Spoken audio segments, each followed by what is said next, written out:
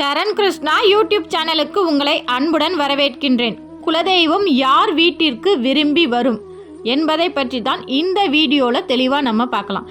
நம்ம சேனலில் உள்ள வீடியோவை ஃபஸ்ட் டைம் நீங்கள் பார்க்குறீங்க அப்படின்னா மறக்காமல் நம்ம சேனலை சப்ஸ்கிரைப் பண்ணி வச்சுக்கோங்க. நம்ம சேனலில் தொடர்ந்து குலதெய்வ பதிவுகள், ஆன்மீக தகவல்கள் வந்து கொண்டே இருக்கும். வாங்க வீடியோக்குள்ளே போகலாம். ஒவ்வொரு குலதெய்வமும் அந்த குலதெய்வத்தை வணங்குற குலமக்கள் அவங்க வீட்டுக்கு தாராளமாக வரும். அப்படி வர்ற குலதெய்வம் ஒரு சிலர் வீட்டுக்கு விரும்பி வரும். அந்த வீடு எப்படி இருக்கணும் அப்படிங்கிறத பற்றி தான் இந்த வீடியோவில் தெளிவாக நம்ம பார்க்க போகிறோம். ஒவ்வொரு குலதெய்வத்தையும் வணங்குற குலமக்கள் அனைவருமே குலதெய்வத்திற்கு குழந்தைகள் தான். இருந்தாலும் செல்ல பிள்ளைகள் அப்படின்னு சொல்லி ஒரு சிலர் இருக்கத்தான் செய்கிறாங்க. அவங்க மேலே குலதெய்வத்தின் பரிபூர்ண அருள் இருக்கும். குலதெய்வம் நான் இருக்கேன் அப்படிங்கிறத அவங்க வாழ்க்கையில் பல முறையில் அவங்களுக்கு உணர்த்தி இருக்கும். குலதெய்வ நடமாட்டம் எங்கள் வீட்டில் இருக்குது, குலதெய்வ நடமாட்டத்திற்கான அறிகுறியான பள்ளி சத்தம் கேட்குறது, குலதெய்வ வாசம் வருகிறது, எங்கள் வீட்டில் எப்போதுமே குலதெய்வ நடமாட்டம் இருக்குது அப்படின்னு தான் நாங்கள் நினச்சிட்டு இருக்கோம் அப்படின்னு சொல்கிறவங்க குலதெய்வம் கட்டாயம் அந்த குலமக்கள் வீட்டுக்கு வந்துக்கிட்டே தான் இருக்கும். ஆனால் ஒரு சிலர் வீட்டுக்கு மட்டும்தான் விரும்பி வரும், சந்தோஷமாக வரும். அப்படி உங்கள் வீட்டில் உங்கள் குலதெய்வம் விரும்பி வரணும் அப்படின்னா கட்டாயம் உங்கள் வீட்டில் இந்த முறையை நீங்கள் பின்பற்றியிருக்கணும். அதில் ஒன்று, குலதெய்வம் விரும்பி வந்து வசிக்கக்கூடிய முதல் இடமான உங்கள் வீட்டு நிலைவாசலை முறையாக பூஜை செய்ய வேண்டும். நிலைவாசல் பூஜை செய்வது என்பது பெரிய விஷயம் கிடையவே கிடையாது. வெள்ளி செவ்வாயில் நிலைவாசலை தொடச்சி அதற்கு மஞ்சள் குங்குமம் பொட்டு வைத்து நீங்கள் பூஜை அறைக்கு தீப தூப ஆராதனை காட்டும்போது உங்கள் நிலைக்கதவிற்கும் காட்டினாலே போதும். ஏன்னா குலதெய்வம் முதல்ல நம்ம வீட்டுக்கு வரும்போது அது விரும்பி வசிக்கக்கூடிய இடம். நம்ம வீட்டில் எப்போது நமக்காக காவலாக தங்கக்கூடிய இடம் நம்ம நிலைவாசல். அந்த இடத்த நம்ம எவ்வளோக்கு எவ்வளோ நல்லபடியாக பராமரிக்கிறோமோ உங்கள் குலதெய்வம் சந்தோஷமாக உங்கள் வீட்டுக்கு வருவாங்க. இரண்டாவது, உங்கள் பூஜை அறை. பூஜை அறையில் குலதெய்வத்தை மனதார நினச்சிக்கிட்டு, குலதெய்வ படம் இருந்தாலும் சரி, குலதெய்வ படம் இல்லாதவர்களாக இருந்தாலும் சரி, ஒரு சில குலதெய்வத்திற்கு நீங்கள் படம் வைத்து வழிபடக்கூடாது அப்படின்னு அந்த கோவில்லையே சொல்லிடுவாங்க. ஏன்னா குலதெய்வம் ரொம்ப உக்கிரமான தெய்வம், இல்லை குலதெய்வம் ரொம்ப சுத்தபத்தமாக இருக்கணும், அதனால் குலதெய்வத்தை நினச்சி நீங்கள் வீட்டில் வணங்கினாலே போதும் அப்படின்னு அந்த குலதெய்வத்தை வணங்குற பூசாரிகளே சொல்லியிருப்பாங்க. அப்படி இருக்கிறவங்க குலதெய்வத்தை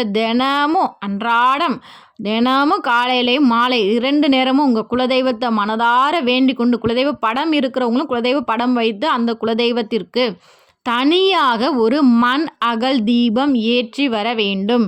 விளக்கேற்றுற வீடு வீணா போகாது அப்படிங்கிற ஒரு பழமொழியும் இருக்குது. காலையிலையும் மாலையிலையும் நம்ம குடும்பத்தையும் நம்ம குலத்தையும் காக்கிற குலதெய்வத்தை நினச்சி மனதார வேண்டிக் கொண்டு குலதெய்வத்திற்காக தனியாக மண் அகல் தீபம் ஏற்றி வழிபாடு செய்யும்போது கட்டாயம் அந்த தீப ஒளியில் உங்கள் குலதெய்வம் விரும்பி வந்து வாசம் செய்யும். இந்த இரண்டுமே செய்தவர்கள் வீட்டில் கட்டாயம் குலதெய்வம் வந்து விரும்பி வருமா அப்படின்னு கேட்டிங்கன்னா கண்டிப்பாக வரும். ஆனால் இந்த ஒரு தவறை நீங்கள் செய்யாமல் இருக்கணும். அதாவது வீட்டில் நம்ம பேசக்கூடிய வார்த்தைகளும் நல்ல வார்த்தைகளாகவே இருக்க வேண்டும். அபசகுணமான வார்த்தைகள், கேட்கக்கூடாத வார்த்தைகள், ஒரு சிலர் குழந்தைங்களையே திட்டக்கூடாத வார்த்தைகள்லாம் திட்டுவாங்க.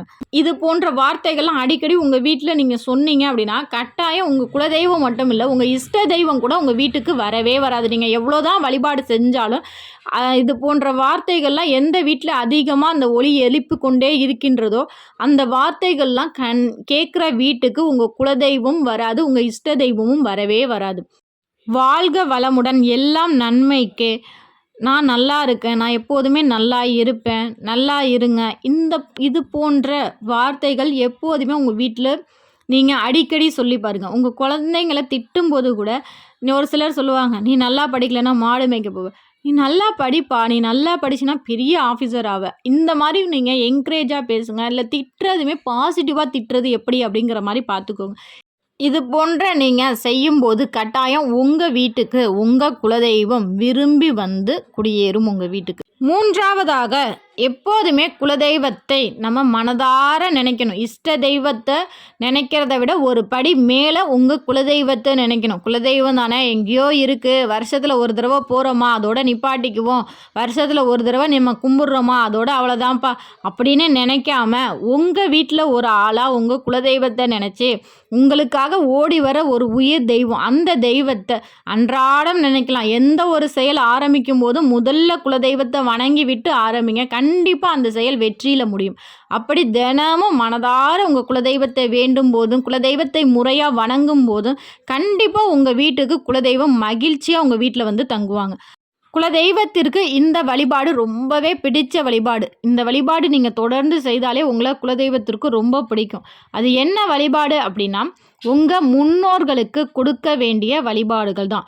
முன்னோர்கள் இறந்துட்டாலும் அவங்களுக்கு செய்ய வேண்டிய திதிகள், தர்ப்பணங்கள், படையல் போட்டு வீட்டில் வணங்குறது, இதெல்லாம் நம்ம முறையாக செய்யும்போது குலதெய்வத்தின் அருளும் உங்கள் முன்னோர்களின் அருளும் கிடைக்கும். எந்த வீட்டில் குலதெய்வ அருளும் முன்னோர்களின் அருளும் இருக்கின்றதோ அந்த வீட்டில் குழந்தை இல்லை அப்படிங்கிற ஒரு பிரச்சனை அப்படிங்கிறது இருக்கவே இருக்காது. எங்கள் வீட்டில் குழந்தையே இல்லை அப்படின்னு சொல்லி எத்தனையோ பேர் ஏங்குறாங்க. இந்த 2 வழிபாடும் அவங்க முறையாக செஞ்சாலே போதும், கட்டாயம் அவங்க வீட்டில் முன்னோர்களே வந்து குழந்தைகளாக பிறப்பாங்க. கண்டிப்பாக உங்கள் வீட்லேயும் இது போல் வழிபாடுகளும் இதே போல் இருந்து பாருங்கள். உங்கள் வீட்டிற்கு உங்கள் குலதெய்வம் விரும்பி வந்து உங்கள் வீட்டில் வந்து தங்குவாங்க. கண்டிப்பாக உங்கள் வீட்டில் குலதெய்வத்திற்காக நீங்கள் எந்த மாதிரி வழிபாடு செய்கிறீங்க அப்படிங்கிறத கமெண்ட் செக்ஷனில் எங்களோட ஷேர் பண்ணிக்கோங்க. உங்கள் குலதெய்வத்தின் பெயர் என்ன அப்படிங்கிறதையும் எங்களோட கமெண்ட் செக்ஷனில் ஷேர் பண்ணிக்கோங்க. இந்த வீடியோ கட்டாயம் உங்களுக்கு பயனுள்ளதாக இருக்கும் என்ற நம்பிக்கையில் மற்றொரு வீடியோவில் சந்திக்கிறேன். இந்த வீடியோ உங்களுக்கு பிடிச்சிருந்தால் லைக் பண்ணுங்கள், ஷேர் பண்ணுங்கள், மறக்காமல் சப்ஸ்கிரைப் பண்ணுங்கள். சரண் கிருஷ்ணா யூடியூப் சேனல். நன்றி, வணக்கம்.